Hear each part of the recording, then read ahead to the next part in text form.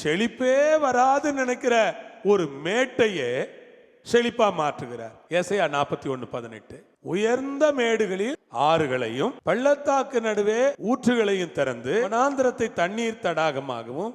ஒரு சேஞ்ச், எவ்வளவு பெரிய சேஞ்ச். செழிப்பே வராதுன்னு நினைக்கிற ஒரு வனாந்திரத்தையே செழிப்பா மாற்றுகிறார். எப்பவும் கடவுளுடைய ஒரு எண்ணம் எப்படி இருக்குன்னா, நம்ம வாழ்க்கையை செழிப்பாக்குறதற்கு முன்னால நம்ம ஆவிக்குரிய வாழ்க்கையை செழிப்பாக்குறார்.